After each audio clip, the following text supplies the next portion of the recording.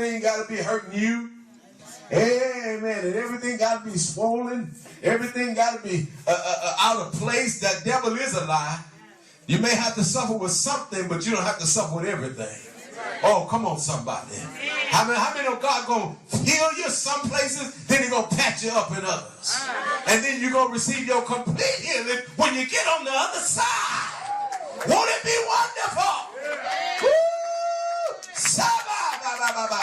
Glory to God. But because of this burial that was secretive. Because God didn't want, number one, He didn't want man worshiping Moses. He didn't want them to turn his grave into a shrine. Amen. Because man will make you, will worship man. Amen. A man has a tendency to worship man. Won't man do it? You know he will.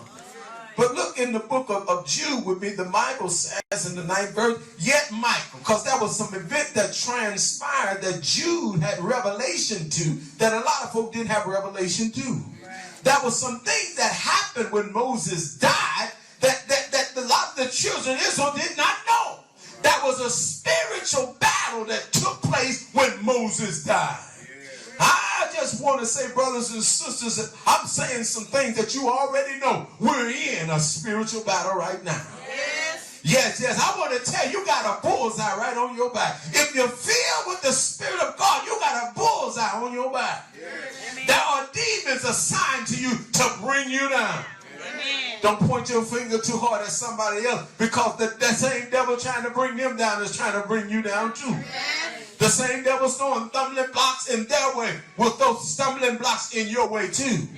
The same devil tempting them will tempt you too. Am I right about it? The same devil that's digging holes for them will dig ditches for you. Oh, I wish I had a witness. The same devil that defeated them, deceived them, will come and try to deceive you. But I wonder if there's somebody that's dressed up for the fight today. Is there somebody that have on your helmet of salvation, your breastplate of righteousness, your sword of the Spirit? Is there anybody that's girded, or your feet are girded with the word? Oh, hallelujah to God. Is there somebody dressed up for the fight today? Look at somebody and tell them, I'm dressed up for the fight. Oh, yes, you got to understand this is a real fight. And if you don't come dressed for the fight, the devil going to tear you up. He's going to lay you out and he's sure going to kill you. That's right. I wish I had a witness. So you got to put on the whole armor. Look at somebody and say, whole armor. You can't go half dressed, almost dressed, wish I was dressed, I want to be dressed. Oh, but you got to put on the whole armor of God if you're going to be able to withstand the devil. I can't get no help up in here. This is a real fight. In your mind, in your spirit, in your home, on your job. But I declare you can win with the help of the Holy Ghost. If you got to obey the word, when it says put on the whole armor, you got to put it on because you're so going to need it. That's right. Oh, I wish I had a witness. You're going to need the defensive armory as well as the offensive armory, which is the sword. You're going to need that shield to block the fiery darts of the enemy. When he start throwing all those words, you ain't going to make it. You're not going to get healed. You got cancer. Your family not going to be saved. Your children not going to be saved. And I told you, as he told my wife, he said, my son going to die. I'm going to kill your son. Listen, he done sure enough made me mad. I'm still mad over that. And that's been about 5 or 6 years ago. Yeah, and he's still alive. I want to let you know. And as far as I'm concerned, I'm going to keep on praying and he's still going to be alive. And he's going to be serving God again right here at Restoration. Or some house of the Lord, apostolic house. Oh, I wish I had a witness up in here. Glory to God. So listen, that was something that went on in those mountains, that Mount Nebo, that a lot of people did not see and could not see. because you needed a spiritual eye to see the world that was going on. Because when that godly man, that holy man Moses died, the devil had audacity enough to try to claim the man of God. And I just want to tell you today that the devil has also enough audacity to try to claim you and I. You've been born again. You spoke in tongues as the Spirit of God has given you utterance. Amen. Hallelujah. And you do speak in tongues. You walk by faith. You live by faith. But yet the devil has enough audacity to try to claim you. So when this holy man, somebody say holy man.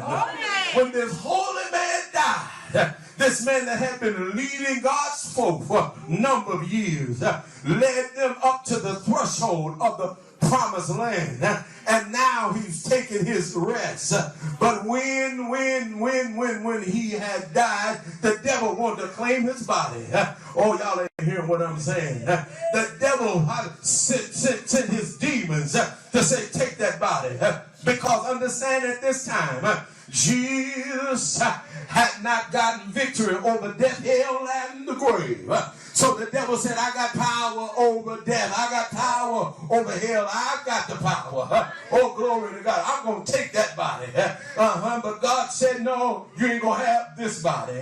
You got some audacity coming up in here. You got some going to claim a holy man. Now, if you're going to claim a man that hath not lived for me, a man that's lived his whole life in disobedience, I got to legally let you have him. But how can you legally claim somebody that's holy? How can you legally claim somebody that is a child of the King? How can you legally claim a child of light when you ain't nothing but darkness? How can you legally claim a child that's walking with me and have not been walking with you? But how many know the devil is the accuser of the brethren?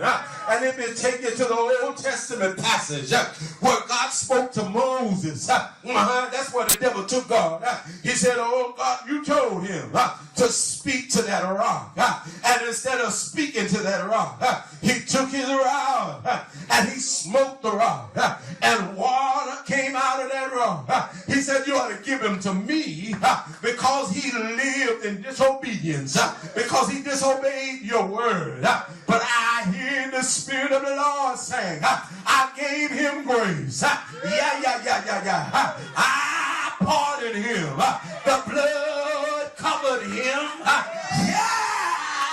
The blood that I will shed on Calvary has already covered Moses, past, present, and future. How many know when Jesus died,